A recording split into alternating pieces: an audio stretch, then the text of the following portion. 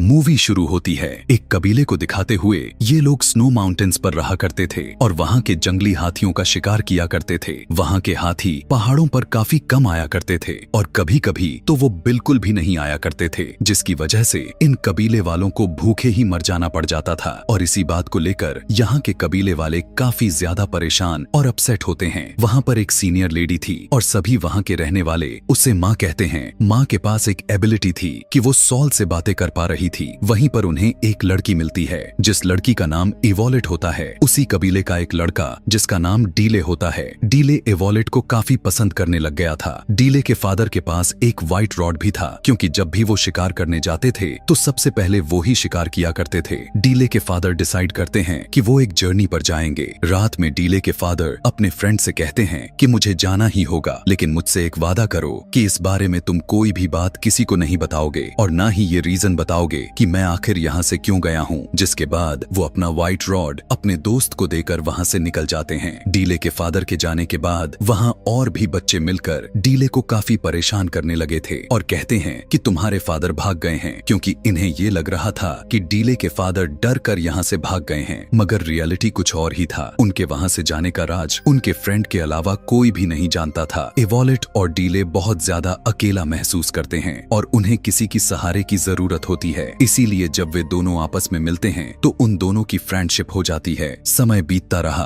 और ये दोनों एक दूसरे को लाइक करने लग गए थे। ऐसे ही चलते चलते काफी साल गुजर जाता है और इवोलेट और डीले दोनों बड़े हो चुके थे। एक बार फिर से बहुत सारे हाथी इनके कबीले के एरिया में आ गए थे। वहाँ पर यह फैसला किया जाता है कि जो कोई भी उन हाथी का पहले शिकार करेगा उसकी शादी इवोलेट से करवा दी जाएगी और उसे व्हाइट रॉड दे दिया जाएगा और तो और उसे कबीले का लीडर बना दिया जाएगा। इवोलेट उससे कहती है कि क्यों ना हम यहाँ से भागकर शादी कर लें, लेकिन डीले कहता है कि नहीं, मैं नहीं भागने वाला। जैसे मेरे फादर भाग गए थे और देखना, मैं ही जंगली हाथी का शिकार करूंगा और तुमसे ही शादी करूंगा। सभी कबीले के लोग जंगली हाथियों का शिकार करना शुरू कर देते हैं। एक काफी बड़े हाथी को वे लोग एक जाल में फंसाने में कामयाब हो जाते हैं, लेकिन उनका कोई भी फायदा नहीं होता, क्योंकि वो हाथी उन जालियों को तोड़कर भाग जाता है। लेकिन वो जाल हाथी के बॉडी में फंस गया था और सारे कबीले वाले उस जाल को पकड़कर लटक जाते हैं। हाथी की रफ्तार बढ़ती जा रही थी और सभी को जाल छोड़ना पड़ता है। सिर्फ डीले ही था जो उस जाल को पकड़कर रखा हुआ था।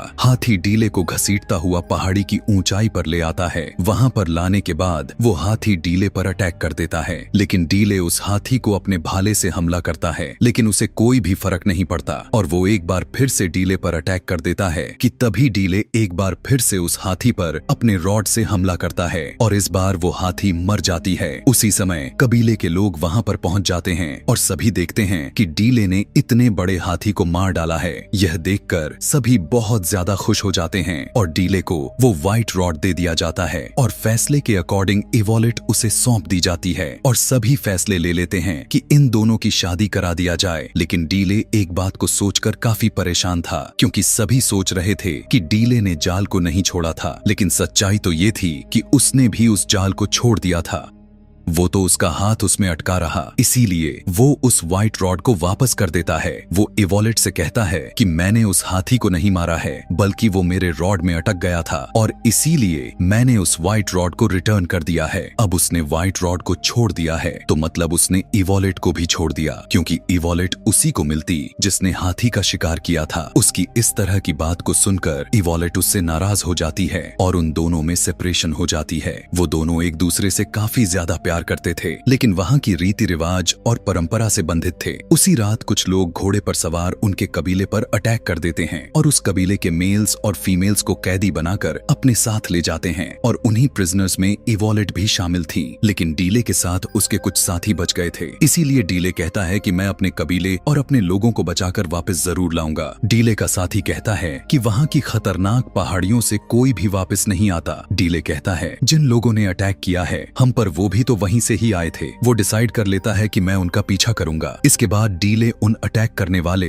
और उनके घोड़ों के पैरों के निशानों को फॉलो करते हुए आगे बढ़ता है। डीले के साथ उनके साथी भी जा रहे थे, लेकिन उनके आगे की जर्नी काफी मुसीबत खड़ी करने वाली थी और वहां से अपने लोगों को बचाकर वापस आना काफी ज्यादा मुश्किल था। लेकिन डीले और उसके साथी बड़ी से बड़ी मुसीबत का सामना करने के लिए तैयार थे, क्योंकि उन्हें अपने लोगों को सही सलामत वहां से वापस लेकर आना था। वो रात दिन बस चलते रहते हैं। अब ये सभी माउंटेन माउंटेन्स के दूसरी साइड पर पहुंच जाते हैं, जहां से जमीन स्टार्ट हो जाती है। डीले और उसके साथी आगे बढ़ते बढ़ते एक घने जंगल में चले जाते हैं, जहां उन्हें अपने कबीले के सभी लोग और इवोलेट नजर आ जाती है, जिन्हें प्रिजनर्स बनाकर कहीं पर ले जाया जा रहा था। रात के समय में डीले इवोलेट के साथ साथ और अपने कुछ कबीले के लोगों को छुड़ा लेता है, लेकिन वो लोग जिन्होंने इन्हें बंदी बनाया हुआ था, वो लोग इन्हें दोबारा से पकड़ लेते हैं। हमला करते समय डीले का एक साथी इंजर्ड हो जाता है और वो लोग डीले के कबीले वालों को लेकर एक बार फिर से आगे की तरफ चल देते हैं। यहाँ पर डीले अपने इंजर्ड साथी को खींचते हुए ले जा रहा होता है। कुछ दूर जाने के बाद इन्हें भूख लगने लग जाती है, इसीलिए डीले शिकार करने के लिए चला जाता है, लेकिन डीले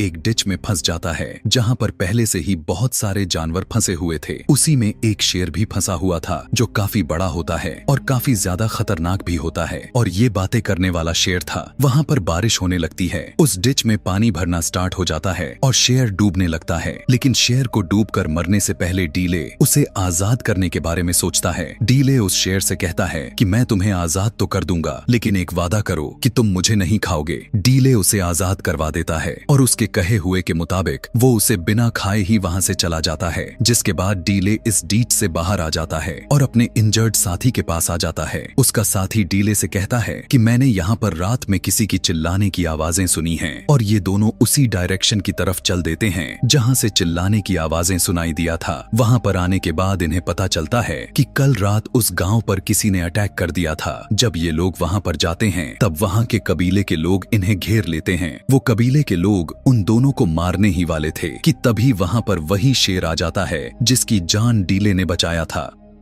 उस शेर को देखकर उस कबीले के सारे लोग डर जाते हैं। वो शेर डीले की तरफ बढ़ने लगता है। तब डीले कहता है कि मैं तुम्हें बचाया था, मुझे पहचानने की कोशिश करो। उसकी बात सुनकर शेर डीले और कबीले के बाकी लोगों को बिना कोई नुकसान पहुंचाए वहां से चला जाता है। यह सब कुछ देखकर उस कबीले के लोग काफी हैरान हो जाते हैं और वो डीले और उसके फ्रेंड को अपने साथ ले जाते हैं और काफी अच्छे से उन दोनों का खातिरदारी करते हैं, उन्हें खाना खिलाते हैं। डीले उनसे पूछता है कि तुम हमारे भाषा कैसे जानते हो, जिस पर वो उससे कहते हैं कि काफी अरसा पहले एक आदमी यहाँ पर आया था और वो आदमी यहाँ पर कोई सेफ जगह देखने आया था और उसी आदमी से हमने आप लोगों की लैंग्वेज सीखी। यहाँ पर हमें पता चलता है कि वो आदमी कोई और नहीं बल्कि डीले के पिता ही थे। डीले उन लोगों से पूछता है कि इस समय वो आदमी कहाँ पर है। तब कबीले के लोग बताते हैं कि उन्हें डीमन सॉल्स अपने साथ लेकर चली गई हैं और कुछ हमारे भी लोग हैं जो उसके साथ चले गए हैं, और वो एक ऐसी जगह है जहाँ से आज तक कोई भी बचकर वापस नहीं आया, लेकिन अब तुम ही हो जो हमें वहाँ पर ले जाओगे। तब डीले कहता है कि आखिर मैं ही क्यों। तब उसका लीडर बताता है कि हमारे प्रिडिक्शन के मुताबिक हमारे पास एक आदमी आएगा, शेर से बातें करेगा, वो आदमी हमारे लोगों की जान बचाएगा। उस कबीले के लोग उनके आसपास के सभी कबीले वाले लोगों को यह बताते हैं कि शेर से बातें करने वाला आ गया है। डीले के साथी उसे बताता है कि मैं तुम्हें एक बात बताता हूँ, और वो ये है कि तुम्हारे फादर किसी से डर कर नहीं भागे थे। वो अपने कबीले की जान बचाने के लिए एक नए प्लेस ढूंढने के लिए निकले थे ताकि हमारे लोगों को भूखा ना मरना पड़े। डीले उससे पूछने लगता है कि तुमने मुझे ये बात पहले क्यों नहीं बताई। वो कहता है कि तुम्हारे फादर ने ही मना किया था कि ये बात किसी को ना बताया जाए, क्योंकि अगर उस कबीले के बाकी लोगों को पता चल जाता तो सभी लोग उस जगह को एक एक करके छोड़कर भाग जाते। इसीलिए उन्होंने मुझे ये कहा था कि मैं इस बात को छुपा कर रखूं। अब डीले के साथ उस कबीले के लोग पहाड़ों की तरफ चल देते हैं। वो सभी एक नदी के पास पहुंच जाते हैं और बोट्स में बैठकर आगे बढ़ते हैं, लेकिन डीले और उसके साथ में आए हुए लोग आगे बढ़ नहीं सकते थे क्योंकि उनके पास बोट्स नहीं थी।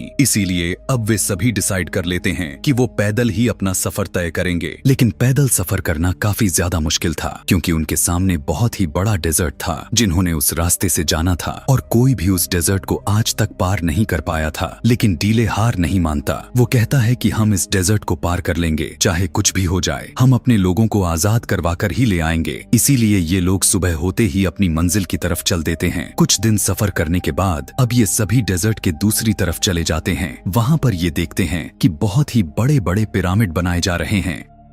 लोगों को गुलाम बनाकर यहाँ लाने का मकसद ये है ताकि उनसे यहाँ पर जबरदस्ती काम करवाया जा सके। पिरामिड्स बनाने में वहाँ पर उन लोगों की तादाद बहुत ही ज्यादा थी और उन गुलामों का भी तादाद बहुत ज्यादा थी। ये लोग अपने लीडर को गॉड कहते हैं। ये लोग अपने बारे में बताते हैं कि ये लोग आसमान से उड़कर आए हैं। उनका गॉड अपने चेहरे को किसी को नहीं दिखाता, बल्कि वो हमेशा पर्दे के पीछे रहता है। इनका गॉड बस इन लोगों को ऑर्डर देता है। ऑर्डर्स ये होता है कि इन गुलामों से जल्दी काम करवाओ। डीले और उसके साथ आए हुए कबीले का सरदार ये दोनों मिलकर गुलामों के टेंट में चले जाते हैं। इन लोगों के सामने एक आदमी को लाया जाता है जो कि ब्लाइंड था। वो आदमी उन सभी लोगों को बताता है कि 3 में से सिर्फ एक गॉड ही है जो जिंदा रह गया है। तब डीले पूछता है कि उसे कैसे मारा जा सकता है। तब वो अंधा आदमी बताता है कि वो गॉड डरता है एक ऐसे शख्स से जिसके शरीर पर एक खास तरह का निशान होगी, और वो निशान इस तरह का है जैसे स्पेस में दिखने वाले विजिबल निशान होते हैं। प्रेडिक्शन के मुताबिक वो आदमी सभी कबीले वालों को, सारे गुलामों को बचाएगा। उसी समय डीले से पूछा गया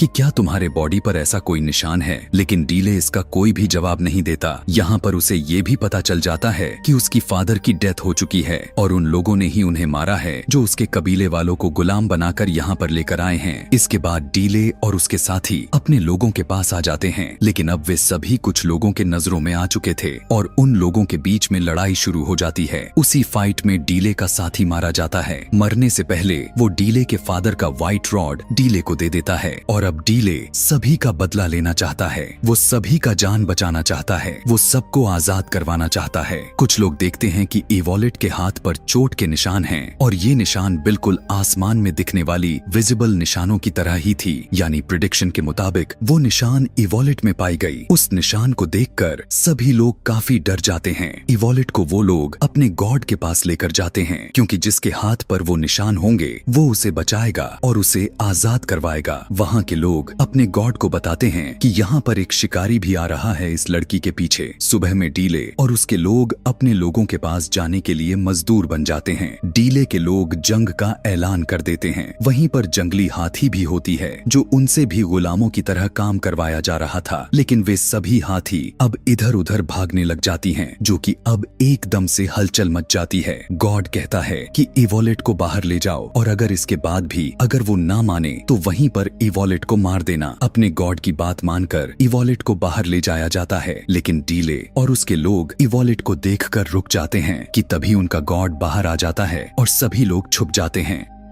गॉड का एक आदमी सभी लोगों से कहता है कि जो भी इस लड़की को जानता है वो हमारे सामने आए और यहाँ से इस लड़की को लेकर जा सकता है, और हम वादा करते हैं कि हम इस बार उसे नहीं रोकेंगे। डीले कहता है कि मैं इवोलेट को लेकर जा सकता हूँ, लेकिन हमारे बाकी के साथियों का क्या होगा। लेकिन गॉड बोलता है कि वो अब हमारे लोग हैं, हमारे गुलाम हैं। उसकी इस तरह की बात सुनकर डीले उसकी बात मानने से इनकार कर देता है और डीले अपने व्हाइट रॉड को गॉड की तरफ फेंक देता है और व्हाइट रॉड के शरीर से आर पार हो जाती है। यहाँ पर अब डीले सभी से कहता है कि देखो, तुम सब, यह भी हमारी तरह एक इंसान ही था, उसे भी तकलीफ होती थी और वो मारा जा चुका है। जिसके बाद दोनों कबीलों के बीच में लड़ाई शुरू हो जाती है और इस जंग में डीले के लोग जीत जाते हैं, लेकिन कबीले का वो आदमी जो उसके कबीले के लोगों को यहाँ पर बंदी बनाकर लाया था, वो इवोलेट को एक तीर से मार देता है, जिससे इवोलेट मर जाती है। बदले में डीले उस आदमी को भी मार डालता है जिस आदमी ने इवोलेट पर तीर मारा था। डीले अपने कबीले वालों को और बाकी के गुलामों को यहाँ पर बचाने के लिए आया था, लेकिन उसने इस लड़ाई के दौरान अपने बहुत से लोगों को खो दिया। माँ, जो कि उन्हें दूर अपने कबीले से देख रही होती है, वो उन्हें पावर दे रही होती है, जिसके बाद माँ अपनी जान की कुर्बानी देकर इवोलेट की जान वापस ले आती है और इवोलेट दोबारा से जिंदा हो जाती है। जाने से पहले कबीले के वे सभी लोग जिन्होंने डीले को रहने खाने के लिए जगह दी थी, वो डीले को कुछ बीज देते हैं। वो डीले को कहते हैं कि तुम्हारे फादर चाहते थे कि तुम इन बीजों को अपने कबीले पर लेकर जाओ और इन्हें वहाँ पर उगाओ। डीले भी ठीक ऐसा ही किया। वो अपने जगह पर जाकर उन बीजों को उगा देता है और वहाँ पर पौधे लगने लगते हैं। आज से अब इन्हें कभी भी भूखा मरना नहीं पड़ेगा और ना ही कभी ये इधर उधर भटकेंगे, और यहीं पर ये कहानी समाप्त हो जाती है।